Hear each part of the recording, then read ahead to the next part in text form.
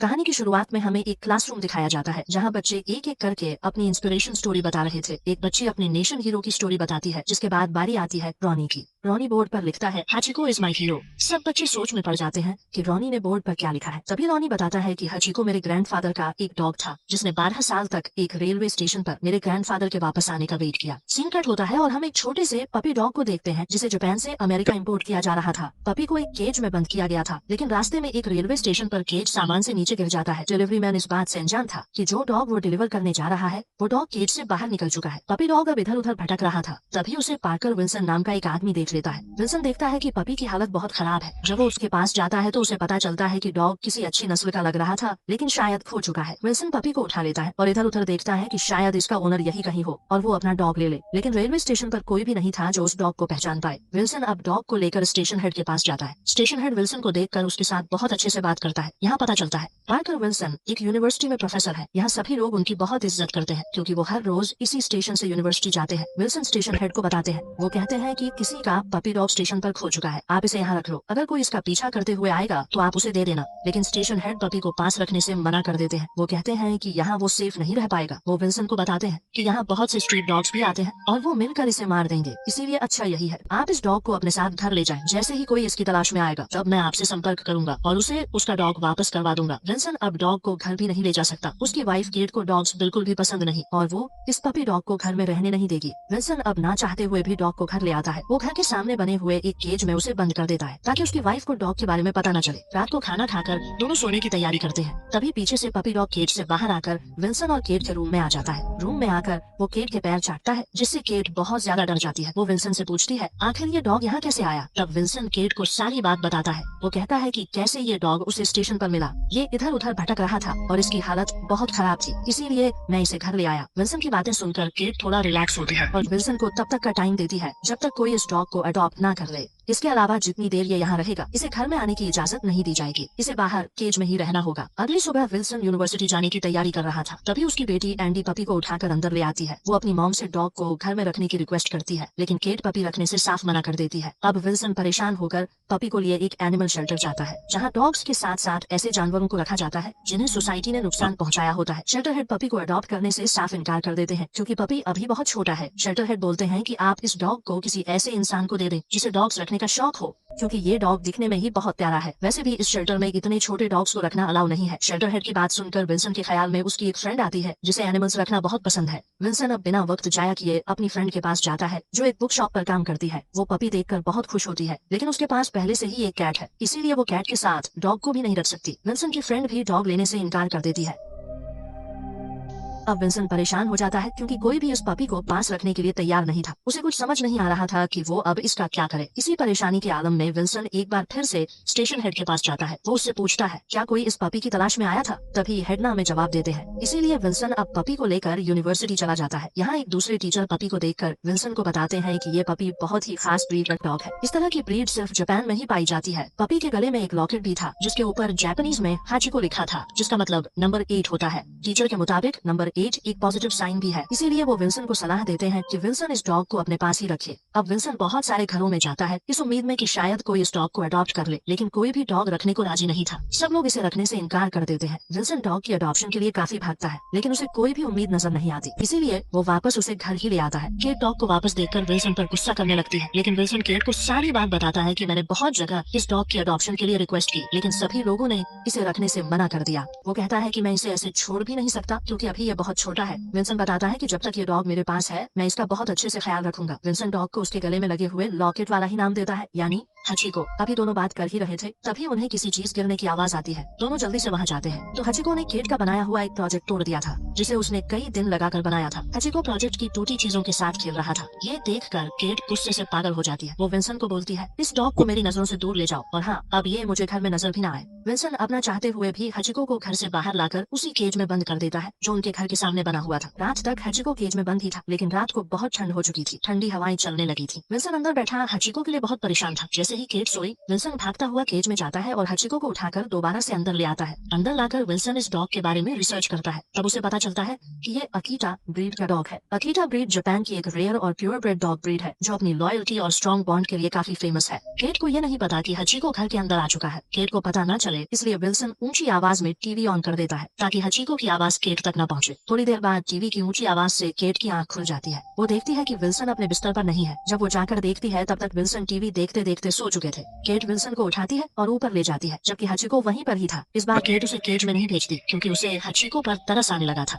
बाहर बहुत ठंड थी। ऐसे ही कुछ दिन गुजर जाते हैं और अब विल्सन और हचिको के बीच थोड़ी दोस्ती होने लगी थी। विल्सन हचिको को बॉल पकड़कर लाने का तरीका सिखाने की कोशिश करते हैं। हचिको बॉल के पीछे जाता तो था लेकिन बॉल पकड़कर वापस नहीं लाता था। विल्सन की कई कोशिशों के बाद भी हचिको ऐसा नहीं कर पाता। तब विल्सन खुद एक डॉग की तरह हचिको को सिखाते हैं कि कैसे बॉल पकड़कर वापस लाया जाता है। विल्सन और हचिको खेल रहे थे तभी वहाँ एंडी भी आ जाती है। तीनों साथ में खेलना शुरू कर देते हैं। इसी बीच केट को किसी की कॉल आती है जिसमें वो बताते हैं कि वो लोग हचिको को बाय करना चाहते हैं। तभी केट की नजर विल्सन और एंडी पर जाती है जो हचिको के साथ बहुत खुश नजर आ रहे थे। वो उन्हें बताती है कि हचिको सेल हो चुका है। क्योंकि अपनी फैमिली को खुश देखकर केट भी मान जाती है कि वो इस डॉग को खुद ही अडॉप्ट कर लेंगी। केट भी हचिको को अपना लेती है और अपने साथ ही रखने का फैसला कर लेती है। अब हचिको इनके साथ एक फैमिली की तरह रहने लगता है। ऐसे ही काफी साल गुजर जाते हैं। हचिको अब काफी बड़ा हो चुका है और उसके और विल्सन के बीच बहुत अच्छी बॉन्डिंग बन गई है। वो हमेशा विल्सन के साथ ही रहता है। हचिको का दिल करता है कि विल्सन जहाँ भी जाए वो भी उसके साथ ही जाए, लेकिन हमेशा की तरह विल्सन यूनिवर्सिटी जाते हुए बाहर का डोर लॉक कर देता है ताकि हचिको घर से बाहर ना आए। लेकिन एक दिन हचिको दीवार के नीचे सुराख करके विल्सन के पीछे स्टेशन चला जाता है। तब तक विल्सन ट्रेन में बैठ चुका था। अचानक उसे हचिको दिखाई देता है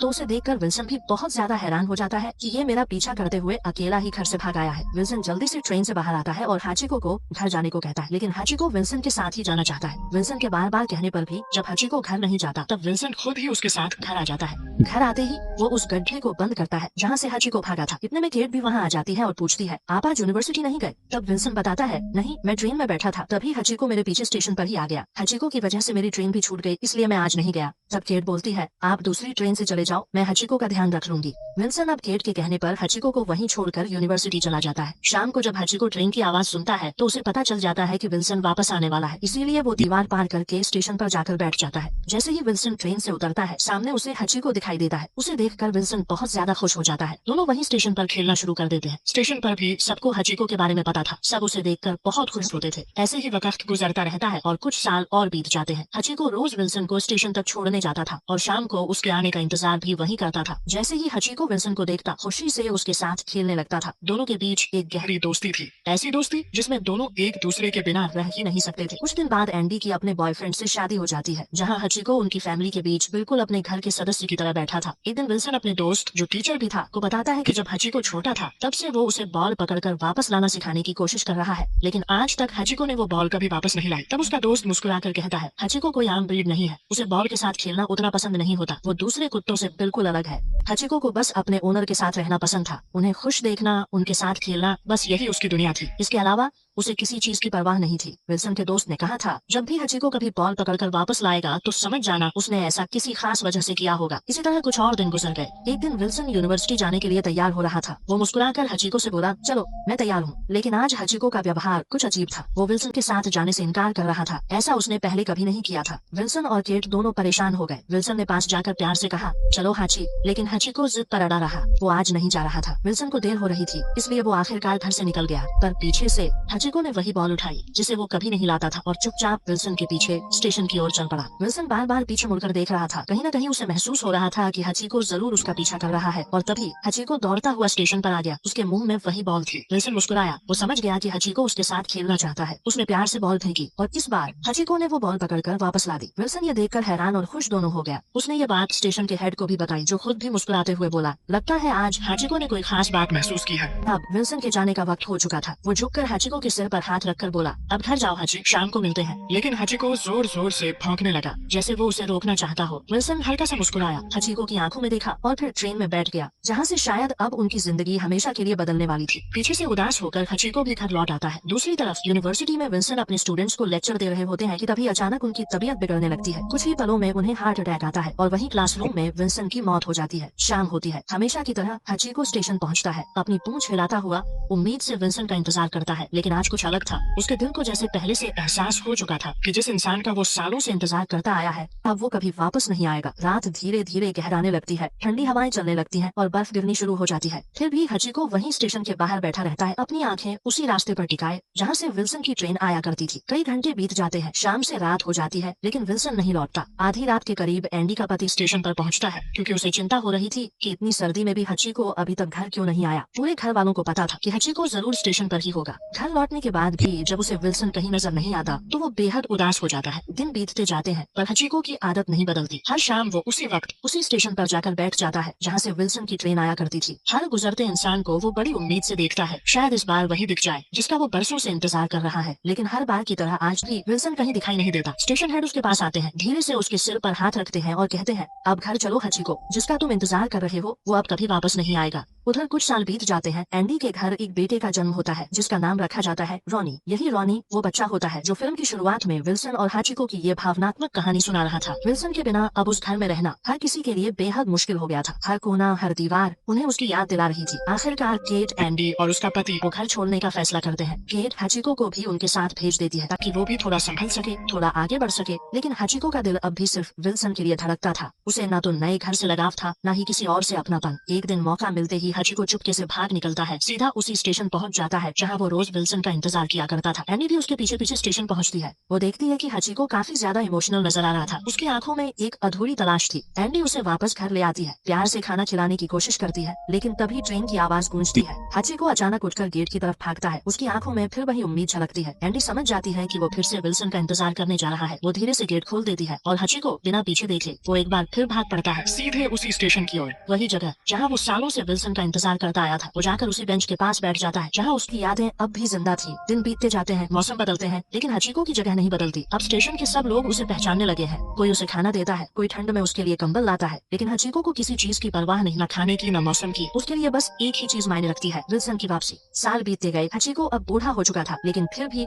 हर शाम वो स्टेशन पहुंच जाता था उसी उम्मीद के साथ। धीरे धीरे हचिको की कहानी पूरे शहर में फैल जाती है। अखबार, न्यूज चैनल्स सब उसकी वफादारी की मिसाल देने लगते हैं। लोग दूर दूर से सिर्फ उसे देखने आते हैं। हचिको अब शहर की एक पहचान बन चुका था। हर रोज लोग उससे मिलने आते, कोई खाना लाता, कोई पानी। वो अब 12 साल का हो चुका था, लेकिन फिर भी उसके दिल में विल्सन की याद जिंदा थी। वो आज भी उसी जगह उसी उम्मीद के साथ स्टेशन पर बैठा रहता था। एक दिन केट अपने शहर लौटती है क्योंकि आज वो विल्सन की कब्र पर जाने वाली थी। वहीं विल्सन के पुराने दोस्त, वो टीचर जो अकीटा ब्रीड के बारे में जानता था, वो भी वहाँ आता है। दोनों कब्र के पास बैठते हैं। केट की आंखों में आंसू होते हैं। वो कहती है, आज 12 साल बीत चुके हैं, लेकिन विल्सन अब भी हमारे दिलों में जिंदा है। वो टीचर केट को दिलासा देता है और दोनों वापस लौटने के लिए स्टेशन पहुँचते हैं। केट की नजर अचानक एक जाने पहचाने चेहरे पर पड़ती है। हाँ, वो हाचिको ही था जो अब भी उसी जगह बैठा विल्सन का इंतजार कर रहा था। केट भागती हुई उसके पास जाती है, उसे गले लगाती है और रोते हुए कहती है, तुम अब भी उसका इंतजार कर रहे हो। दोनों की आंखों से आंसू बहने लगते हैं। केट बार बार हचिको से कहती है, चलो मेरे साथ घर चलो, लेकिन हचिको कहाँ मानने वाला था। वो तो अब भी बस विल्सन के साथ ही जाना चाहता था। उसकी आंखों में वही पुरानी चमक थी, वही उम्मीद कि एक दिन उसका मालिक जरूर लौटेगा। महीने बीतते गए, हचिको अब बूढ़ा हो चुका था। हर शाम वो उसी स्टेशन पर पहुंच जाता। ठंडी हवा में कांपते हुए भी उसकी नजरें बस एक ही दिशा में रहती, जहाँ से विल्सन की ट्रेन आया करती थी। उसी इंतजार में वो आखिरी बार आंखें मूंद लेता है और विल्सन के साथ बिताए हर पल उसकी आंखों के सामने घूमने लगते हैं। धीरे धीरे उसकी सांसें थम जाती है और हचिको हमेशा के लिए अपने प्यारे विल्सन से मिलने चला जाता है। सीन कट होता है। अब हम रॉनी को देखते हैं जो अपनी क्लास में सब बच्चों को ये सच्ची कहानी सुना रहा था। कहानी खत्म होती है तो पूरी क्लास की आंखें नम हो जाती हैं। हर बच्चा रो रहा था। आज भी शिबुया स्टेशन के बाहर हचिको का एक ब्रॉन्ज स्टैचू बना हुआ है जहाँ लोग उसकी याद में तस्वीरें लेते हैं, फूल रखते हैं और उसकी वफादारी को याद करते हैं। और इसी के साथ ये based on true story movie यही खत्म होती है। आपको ये कहानी कैसी लगी कमेंट्स में जरूर बताना। हमारे चैनल को सब्सक्राइब करना मत भूलना और ऐसे ही दिल छू लेने वाली कहानियाँ देखते रहिए। Thanks for watching.